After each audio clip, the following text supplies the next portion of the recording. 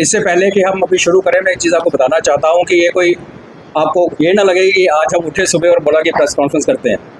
ये एक लंबी प्रोसेस इससे पहले हुई है और जो रिसेंट हैपनिंग्स हो रही हैं जम्मू कश्मीर में, आप सबको पता है, मैं उनका नाम नहीं लेना चाहता।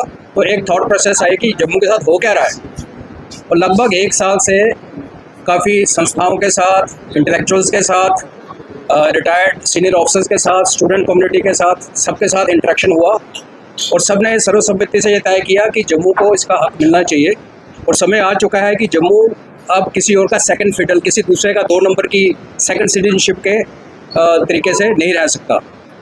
तो जो लास्ट मीटिंग हुई फिर उसमें किया कि करना क्या है, ये हम सब जानते हैं, आप लोग भी जानते हैं जो इस थॉट प्रोसेस के साथ अलाइन करते हैं, वो समझते हैं। लेकिन अब करना क्या है ये सोच के फिर एक मीटिंग हुई अभी रिसेंटली, अगेन काफ़ी उसमें इंटेलेक्चुअल्स, विद्वान सभी मिलके बैठे और ये डिसाइड किया गया कि जब तक एक ऑर्गेनाइजेशन ना लॉन्च की जाए और एक एजिटेशन ना स्टार्ट किया जाए पीसफुली, डेमोक्रेटिकली, तो कोई किसी की आवाज़ सुनेगा नहीं।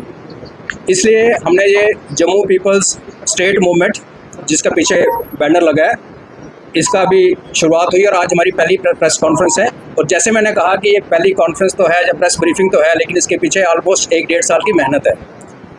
अभी हमारे साथ क्या क्या हुआ, जम्मू के साथ क्या क्या हो रहा है, आप सब अवगत हो। और आज की प्रेस कॉन्फ्रेंस में हम पॉजिटिविटी मेंटेन करना चाहते हैं।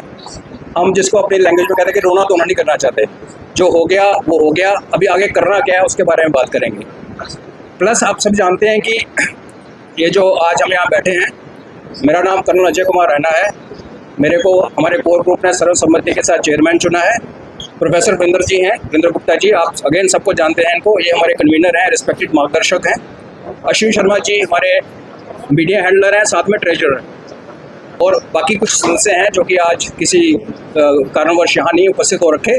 तो हमारा एक छोटा सा कोर ग्रुप है और ये कोर ग्रुप के बाद अब हम आगे जो आउटरीच जो ऑलरेडी स्टार्ट कर रखी है लोगों के साथ, पब्लिक के साथ, सिविल सोसाइटी के साथ, हम इसको भी आगे ले जाना चाहते हैं। अभी अगर हम जम्मू की तरफ देखते हैं तो जम्मू का जो इलाका है वो कश्मीर से ऑलमोस्ट 70% ज़्यादा है।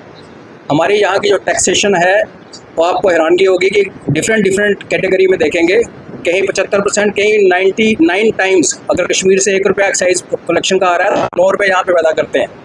लेकिन जब उसकी एक्सपेंडिचर की बात आती है, फंडिंग और बजट एलोकेशन की बात आती है, तो हम देखते हैं कि सारा का सारा सरमाया जाके कश्मीर में इन्वेस्ट होता है। ये हमारे डॉक्टर पाला साहब कहते हैं कि जम्मू ब्लाइंडनेस है दिल्ली में, जहाँ जम्मू दिखता नहीं है। मगर मैं ना दिल्ली को कसूरवार कहूँगा, मैं कश्मीर को कसूरवार कहूँगा। मैं मतलब हम सब, कसूर थोड़ा हमारा भी है कि हमने भी कभी खड़े होकर अपनी बात नहीं कही। और जब हम बात करेंगे नहीं, जब बच्चा रोएगा नहीं तो माँ दूध नहीं देती। इसलिए हम यहाँ पे आज आए हुए हैं। और आप देखिए कि जो रिसेंट घटनाएं हुई हैं, चाहे वो एक इस मेडिकल कॉलेज में एडमिशन की बात हुई, चाहे वो अभी डॉक्टर्स की पोस्टिंग की बात हुई, चाहे वो प्रोफेशन में किसी भी जॉब अलॉटमेंट में जहाँ भी आता है, वहाँ आपको क्लियर डिस्पैरिटी दिखती है। लेकिन सबसे बड़ा जो मुद्दा है हमारे आज सामने, वो है डेमोग्राफिक असॉल्ट का। आज से पहले 1981 में के बाद, वो शेख साहब के चीफ मिनिस्टर बनने के बाद जो सेंसस हुआ, लोग कहते हैं 2011 का सेंसस में गड़बड़ हुई। सारी पॉलिटिकल पार्टी जो मेन स्ट्रीम इंडिया की बड़ी बड़ी पार्टीज़ हैं जो इलेक्शन लड़ती हैं यहाँ पे, वो ये कहती हैं। लेकिन उसी के ऊपर फिर वो डिलिमिटेशन भी होता है। तो अगर मैंने एक आर्टिकल लिखा था और जो मेरी रिसर्च बताती है कि 2011 में मैनिपुलेशन हुई, लेकिन मैनिपुलेशन शुरू हुई 1981 में। 1981 से पहले अगर आप सेंसस का डेटा देखेंगे पूरी दुनिया भारत का, हमारा जो रेट ऑफ ग्रोथ और भारतवर्ष का रेट ऑफ ग्रोथ बिल्कुल नॉर्मल चल रहा था। हम थोड़ा पीछे थे जम्मू कश्मीर। 81 में क्या हुआ कि हमारा रेट ऑफ ग्रोथ यहाँ आ गया, भारत का वैसे ही चलता रहा और हम यहाँ पहुँच गए। और जब डेटा खोल के देखोगे आप तो क्या दिखता है कि ग्रोथ सिर्फ कश्मीर में हुई।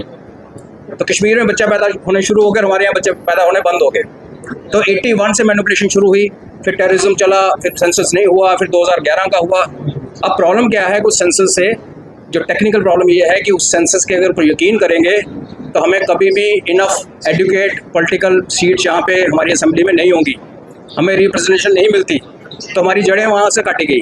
उसके अलावा 81 से लेके जो दरबार मूव का जहाँ पे यूज़ किया गया लैंड ग्रैबिंग के लिए, 15 लाख कनाल ज़मीन हमारी फॉरेस्ट की और गवर्नमेंट की नजायज़ कब्जे में है।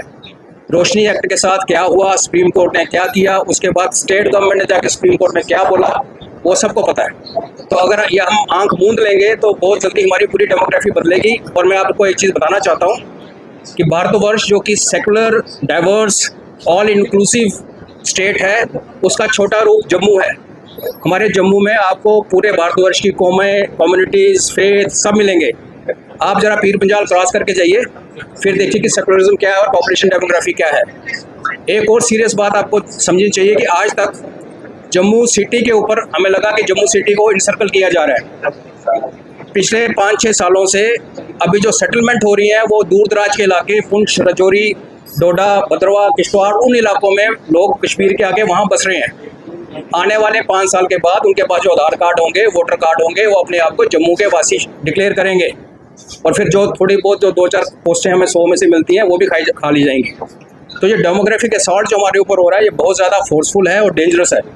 और अगर हम ये सोचें कि कोई बाहर वाला आके हमारी लड़ाई लड़ेगा तो आज तक किसी ने किसी की लड़ाई नहीं लड़ी। तो इसलिए हम अपनी लड़ाई पीसफुली, डेमोक्रेटिकली इसको हम शुरू कर रहे हैं। मैं आपको ये भी बताना चाहता हूँ कि ये जो हमारा फोरम है ये नॉन पॉलिटिकल है।